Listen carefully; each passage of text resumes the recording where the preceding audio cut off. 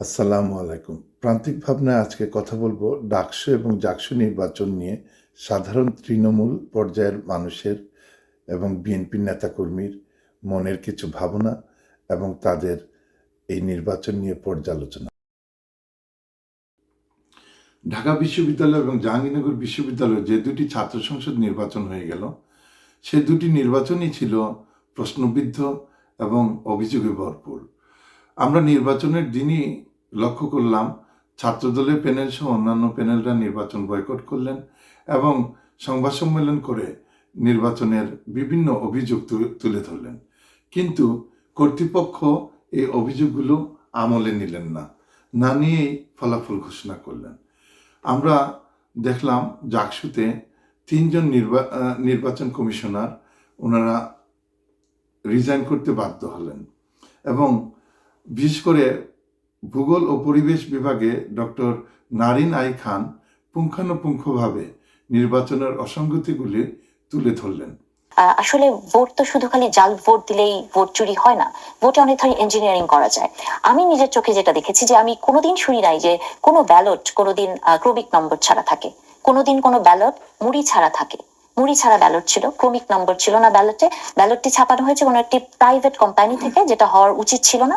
এবং এমনও কোনোদিন শুনেছেন যে ধরেন আপনি ইলেকশনে দাঁড়িয়েছেন, ব্যালটে আপনার নাম নাই, আপনি কলমে লিখে ভোট দিচ্ছেন? এটা শুনিনি। এই ঘটনাও হয়েছে। এবং এটাও হয়েছে যে আপনাকে 3 জনকে ভোট দিতে হবে, সেখানে লিখে একজনে টিক দিন। তাহলে এই এতগুলা যে অ্যানোমালিজের কথা আপনাকে আমি বললাম, আপনার কি মনে হয় যে এটা খুব সরল? আমার কিন্তু মনে হয় না এটা খুব সরল। এবং জাহাঙ্গীরনগর বিশ্ববিদ্যালয় খুব ছোট্ট একটা বিশ্ববিদ্যালয়, এখানে ভোট হবে পরের দিন সকাল 9টায়। আপনি সন্ধ্যা 7টার সময় ব্যালট বক্সটি হলে হলে পাঠিয়ে দিয়েছেন কোনো ধরনের কোনো সিকিউরিটি ছাড়া। এটার প্রতিবাদ আমরা শিক্ষকরা নির্বাচন কমিশনের কাছে করতে গেছি, ওনারা এটাকে আমলের মধ্যেই আনেন নাই। ওনারা বলেছেন এটা কোনো বিষয় না, অথচ 9টার ইলেকশনের ব্যালট 8:30টার সময় যাওয়ার মতো সক্ষমতা জাহাঙ্গীরনগর বিশ্ববিদ্যালয়ে আছে। এবং এই যে ঘটনাগুলো হলো, মানে ধরুন আপনি ভোট দিতে আসছেন, অমোচনীয় কালি ভোটে একটা ভেরি ইম্পর্টেন্ট জিনিস। আমাকে ছাত্রীরা এসে জানলেন যে ম্যাডাম কালি উঠে যাচ্ছে, এবং কালিটা দেওয়া হচ্ছে কখন জানেন? মানে নিয়ম কি, আপনি কালি দিবেন, ব্যালট নিবেন, ভোট দিবেন, বুথে ঢুকবেন এবং ভোট দিয়ে বের হয়ে যাবেন। আপনি ব্যালট নিচ্ছেন, ভোট দিচ্ছেন, বক্সে ফেলছেন, ঘর থেকে বের হয়ে যাচ্ছেন, দরজা বন্ধ, ওইখানে একজন নারী বসে আছেন, যিনি কোনো কর্মচারী, ওনার শিক্ষক না কে আমি জানি না, তিনি একটা কলম দিয়ে এরকম দাগিয়ে দিচ্ছেন। আমি যখন এই কোয়েশ্চেনটা তুললাম, রিটার্নিং অফিসার তখন বললেন যে নির্বাচন কমিশন তাকে বলেছে বল পেন দিয়ে দাগ দিয়ে হলেও নির্বাচন চালাতে হবে।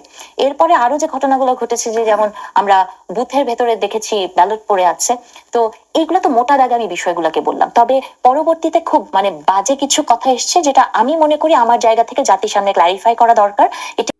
সংবাদ সম্মেলন করে জীববিজ্ঞান অনুষদের ভারপ্রাপ্ত ডিন অধ্যাপক মাফরুহি সাত্তার উনিও পদত্যাগ করলেন এবং আরেকজন নির্বাচন কমিশনারও পদত্যাগ করলেন। কিন্তু এই পদত্যাগের পরেও ফলাফল ঘোষণা থেকে কর্তৃপক্ষ বিরত হলেন না। ঢাকা বিশ্ববিদ্যালয়ে যখন নির্বাচন হলো, আমরা যারা তৃণমূলের কর্মী, আমরা যারা বিএনপি, বাংলাদেশের জাতীয়তাবাদী পরিবারের আদর্শে লালিত সন্তান, আমরা আমাদের মধ্যে কথাবার্তা বললাম। আমরা অনেক কিছুই পর্যালোচনা করে আমরা ভেবেছিলাম এই নির্বাচন সুষ্ঠু সুন্দরভাবে হয়নি। বিশেষ করে আমাদের মনে যে প্রশ্নগুলো উঠেছিল, সেই প্রশ্নগুলো বলার জন্যই আজকের এই ভিডিও ক্লিপটা আমি তৈরি করছি। সেই প্রশ্নগুলো মধ্যে প্রথম প্রশ্ন ছিল, সামাজিক যোগাযোগ মাধ্যমে আমরা দেখলাম ঢাকা বিশ্ববিদ্যালয়ের নির্বাচনের আগের রাতে পুলিশি বেষ্টনীর মধ্যেও কয়েকজন যুবক চেষ্টা করেছিলেন বিশ্ববিদ্যালয়ের ভিতরে ঢোকার। ওনারা ছিলেন বহিরাগত, যদিও ওনাদের সাথে ছিল বিশ্ববিদ্যালয়ের ফেক কার্ড। ওনারা নীলক্ষেত থেকে তৈরি করে নিয়ে এসেছিলেন এবং পুলিশ ধরার পরে ওনারা তাৎক্ষণিকভাবে সেই জায়গা থেকে ভেগে চলে যান। তো এই যে পালিয়ে চলে গেলেন, এবং এটা আমরা প্রত্যক্ষ করলাম, আমাদের সন্দেহের বীজ বপন হওয়া আরম্ভ হলো। পরবর্তীতে আমরা নির্বাচনের দিন দেখলাম জগন্নাথ বিশ্ববিদ্যালয়ের কিছু ছাত্র পুলিশের হাতে ধরা পড়লেন বহিরাগত হিসাবে। ওনারাও এসেছিলেন, ওনারা কি বিশ্রাম নিচ্ছিলেন হোস্টেলে। তো ওনারা একটি নির্দিষ্ট ছাত্র সংগঠনের ছিলেন। তো তখনও আমরা এই ব্যাপারে সন্দেহ প্রকাশ করলাম। কিন্তু ছাত্রদল যখন সংবাদ সম্মেলন করে বিভিন্নভাবে কথা বললেন, বিশেষ করে ওনাদের নামে যে দুর্নাম রটানো হলো এবং সেই দুর্নাম যে ওনারা জোর করে প্রবেশ করছেন অথচ ওনাদের প্রবেশাধিকার রয়েছিল, সেই দুর্নামগুলো সাধারণ ছাত্রদের কানে পৌঁছে দেওয়া, বিভিন্নভাবে অসঙ্গতি লক্ষ্য করলাম। কিন্তু আসল কিন্তু খেলাটা ওইখানে ছিল না। আমরা বুঝতে পেরেছিলাম যে যখনই রেজাল্ট পেলাম যে ছাত্রদলের 5,000 ভোট সেখানে শিবির তো শিবির নামে আসে নাই, ওনারা যে শিক্ষার্থী জোট করেছিলেন সেই ঐক্যবদ্ধ শিক্ষার্থী জোট, সেই শিক্ষার্থী জোট যখন আমরা দেখলাম বিপি পদপ্রার্থী উনি প্রায় 3 গুণ ছাত্রদল থেকে বেশি ভোট পেলেন, তখনই আমরা বুঝে গেলাম যে এটা সাধারণ শিক্ষার্থীদের ভোটে এই নির্বাচন হয়নি, নিশ্চয়ই কোনো অসঙ্গতি ছিল। তাছাড়াও ডাকসুতে নির্বাচনের ফলাফল বের হওয়ার সাথে সাথে আমরা যখন দেখলাম যে ঐক্যবদ্ধ শিক্ষার্থী জোট তারা 23টি সিট নিলেন, মানে শিবির 28টির মধ্যে 23টি পেয়ে গেলেন এবং প্রতিরোধ পর্ষদ থেকে মাত্র 1 জন এবং স্বতন্ত্র 3 জন। এই 28টি সিটে একটি প্যানেল থেকে যখন 23 জন এভাবে জিতে যায় তখনই সন্দেহ জাগে, কারণ ঢাকা বিশ্ববিদ্যালয়ের ছাত্রছাত্রীরা অবশ্যই প্রার্থীকে দেখেই ভোট দেবে এবং বিভিন্ন প্যানেলে অবশ্যই বেশি ভালো এবং মাঝারি ভালো ছাত্রছাত্রী থাকে। তো প্রত্যেকটি প্যানেলের সবচেয়ে বেশি ভালো যে ছাত্রছাত্রী প্রার্থীরা ছিলেন তারাই জয়যুক্ত হয়ে আসার কথা ছিল। এখানে যদি এমন হতো একটি প্যানেল থেকে বিপি, জিএস, এজিএস হয়তোবা গেল, কিন্তু অন্যান্য পোস্টে অন্যান্য প্যানেল থেকে 4 জন 5 জন করে যদি আসতো এবং ভোটের ব্যবধান যদি ওই রকম 3 গুণ 4 গুণ হতো না, তাহলে নির্বাচনটাকে প্রথমেই মেনে নেওয়া যেত এবং এত সন্দেহের অবকাশ হয়তোবা থাকতো না বা কম থাকতো। কিন্তু আমরা দেখলাম যে নির্বাচনের ফলাফলে অনেক অসঙ্গতি। এখন নিউজ 24 গত 2 দিন আগে যে প্রতিবেদন প্রকাশ করলেন, টেলিভিশনে দেখালেন, সেখানে কি দেখা গেল আমরা আগে ওই ব্যাপারটা নিয়ে একটু পর্যালোচনা করে নেই। পরোক্ষিতভাবে নীলক্ষেতে ছাপা হয়েছে বহুল আলোচিত সমালোচিত ডাকসু নির্বাচনের অনেক ব্যালট পেপার। শুনতে অবাক লাগতে পারে, কিন্তু অনুসন্ধান বলছে এটিই সত্য। নিউজ 24-এ দেখা গেল যে সাংবাদিক গিয়ে কথা বলছেন কর্তৃপক্ষের সাথে, বিশেষ করে চিফ রিটার্নিং কর্মকর্তা প্রফেসর জসিমউদ্দিনের সাথে। ওনাকে জিজ্ঞেস করা হলো যে ওএমআর মেশিন এবং ব্যালট পেপার, আপনারা ব্যালট পেপার প্রিন্টের জন্য কাকে দায়িত্ব দিয়েছিলেন? ওনারা যদিও জায়গার কথা বলেননি কোন জায়গা, বাট ওনারা সাংবাদিকরা এটা বের করেছিলেন যে আমজা কর্পোরেশন, যেটা কেরানীগঞ্জের ওদের নিজস্ব প্রেস ক্লাব, একটা আবাসিক নরোদয় আবাসিক এলাকায়। প্রফেসর জসিমউদ্দিন বলেছিলেন ওনারা খুব হাইলি সিকিউরড একটি প্রেসে ওনারা এই টেন্ডার, মানে ওনারা যে টেন্ডার করেছিলেন, টেন্ডার মাত্র 1 জন নাকি টেন্ডার জমা দিয়েছিলেন এবং আর নাকি কারো কাছে এই অপটিক্যাল মার্ক রিকগনিশন যে ডিভাইসটা, ওইটা নাকি আর কারো কাছেই নাই।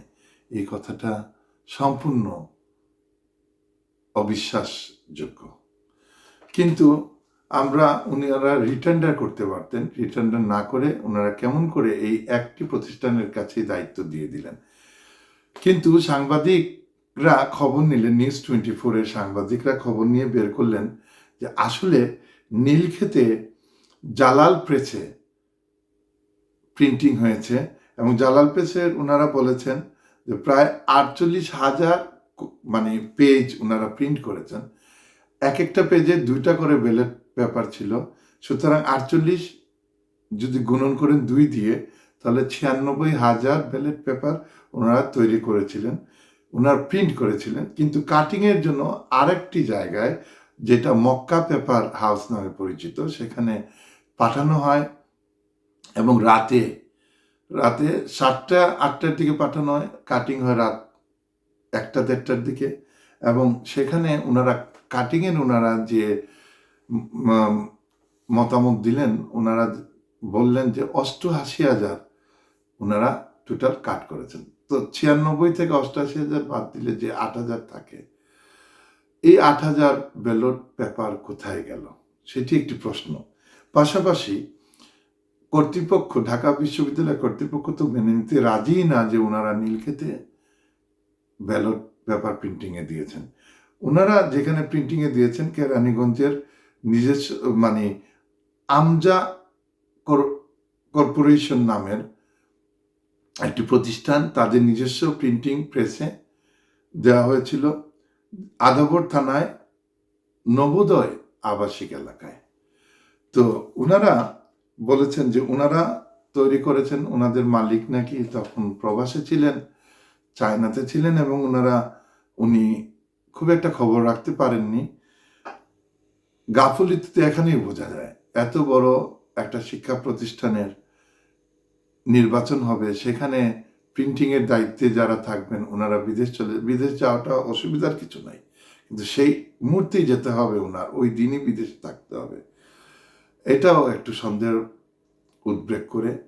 পাশাপাশি ওনারা বলেছেন 1,53,000 কপি ওনারা তৈরি করেছেন।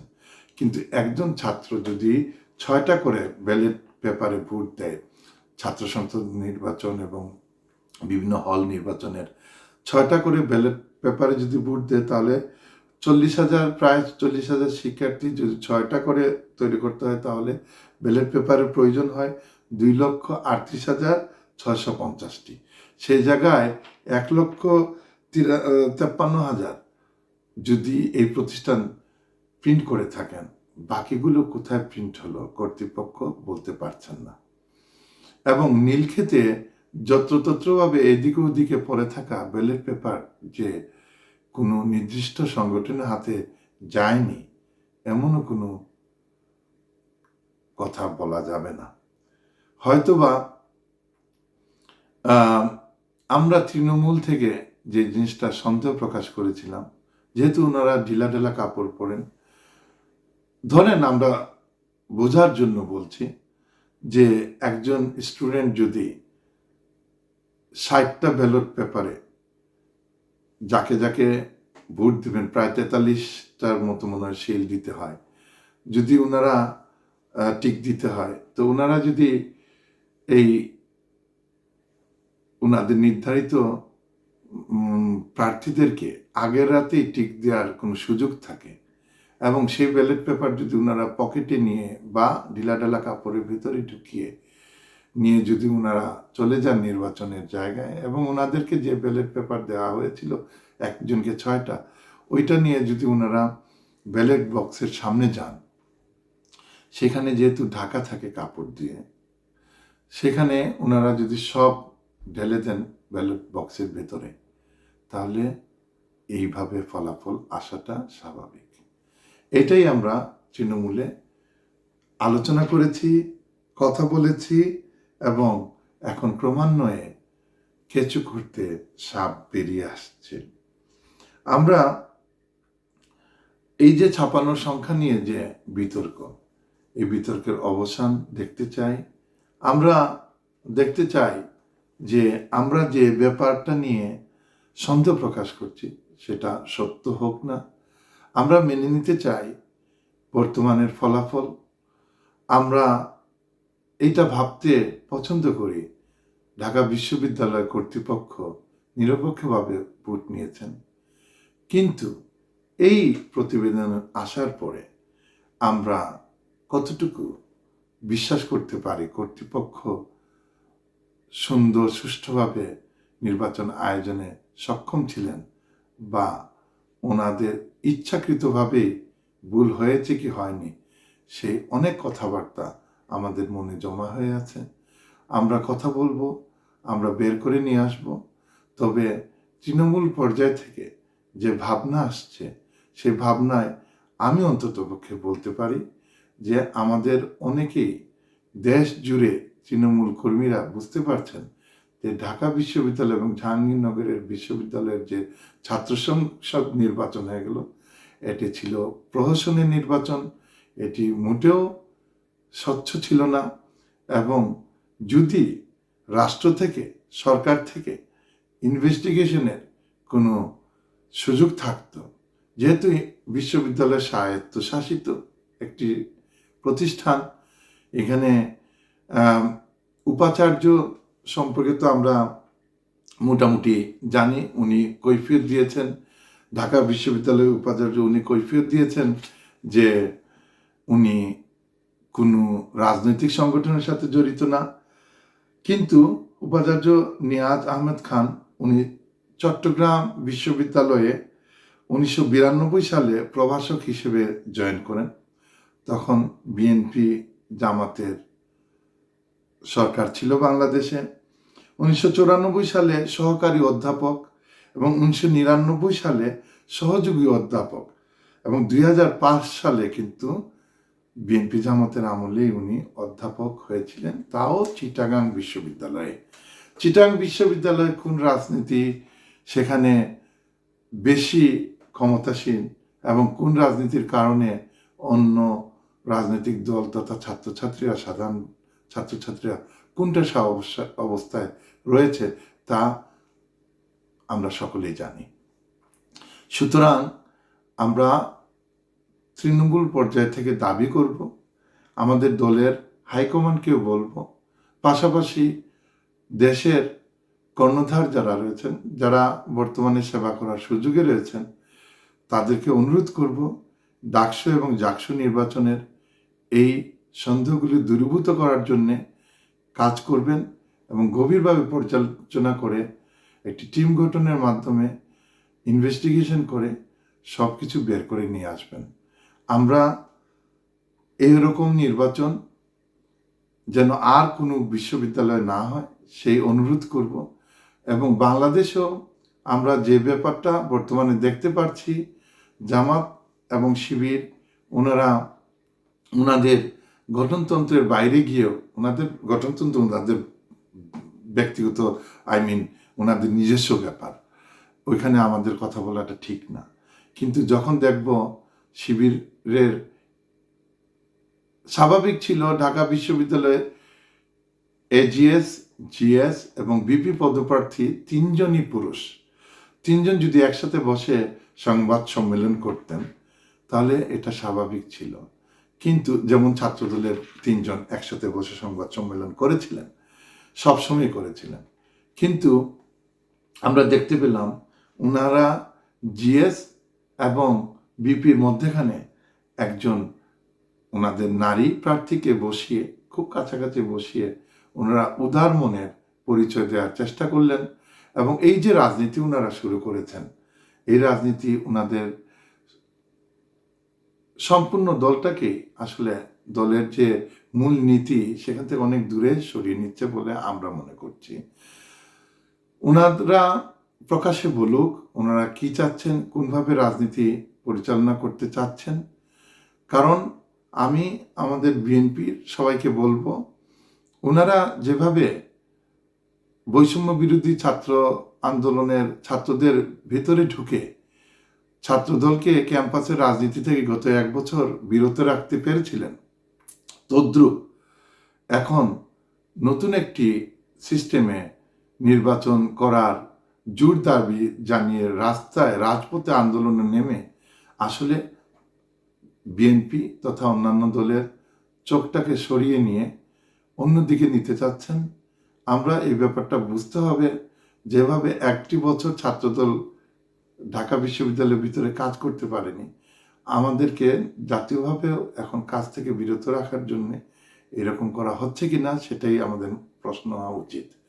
এবং প্রত্যেকটি রাজনৈতিক দলই চাবে তারা দায়িত্বে যেতে, ক্ষমতায় যেতে এবং দেশের সেবা করতে। আমি জামাত ইসলাম বাংলাদেশের ওনাদের বিপক্ষে এখানে কথা বলতে বসিনি।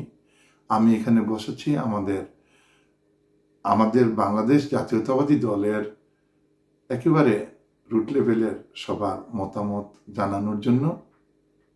তবে আমরা অবশ্যই সতর্ক হতে হবে যেন ঘোলা পানিতে কেউ মাছ শিকার না করতে পারেন। ভিতরে ভিতরে ইসলাম আর উপরে উপরে একেবারে ধর্মনিরপেক্ষ সেজে মন্দিরে গিয়ে উলুধ্বনি দেওয়া আমরা তো দেখেছি। এসব ব্যাপার চলছে এখন, এবং বর্তমানে ওনাদের লগো পরিবর্তন করেছেন। 2016 সালে পরিবর্তন করেছিলেন। এর আগেও মনে হয় 12 সালে সংগঠনের লিখিত কাঠামোটা কিছুটা পরিবর্তন করেছিলেন। এখন এই বিষয়গুলো আসলে ওনাদের ব্যাপার, ওনাদের ব্যক্তিগত সমষ্টিগত ব্যাপার, ওনাদের দলীয় ব্যাপার। আমাদের ব্যাপার হলো যে ডাকসু এবং জাকসু নির্বাচন যেরকম প্রহসনের নির্বাচন হয়ে গেল, বাংলাদেশের জাতীয় নির্বাচন যেন এরকম না হয় সেই দিকে দৃষ্টি দিতে হবে এবং পদক্ষেপ নিতে হবে। এখন থেকেই সতর্ক থাকতে হবে। আমার কথায় যদি কেউ মনে কোনো কষ্ট পেয়ে থাকেন, দয়া করে ক্ষমা সুন্দর দৃষ্টিতে দেখবেন এবং কথাগুলো বিবেচনায় নিয়ে পর্যালোচনা করবেন। ইনশাআল্লাহ সত্য প্রতিষ্ঠিত হবেই। ধন্যবাদ সবাইকে আমার সাথে থাকার জন্য। দেখা হবে পরের ভিডিওতে। ধন্যবাদ। আসসালামু আলাইকুম।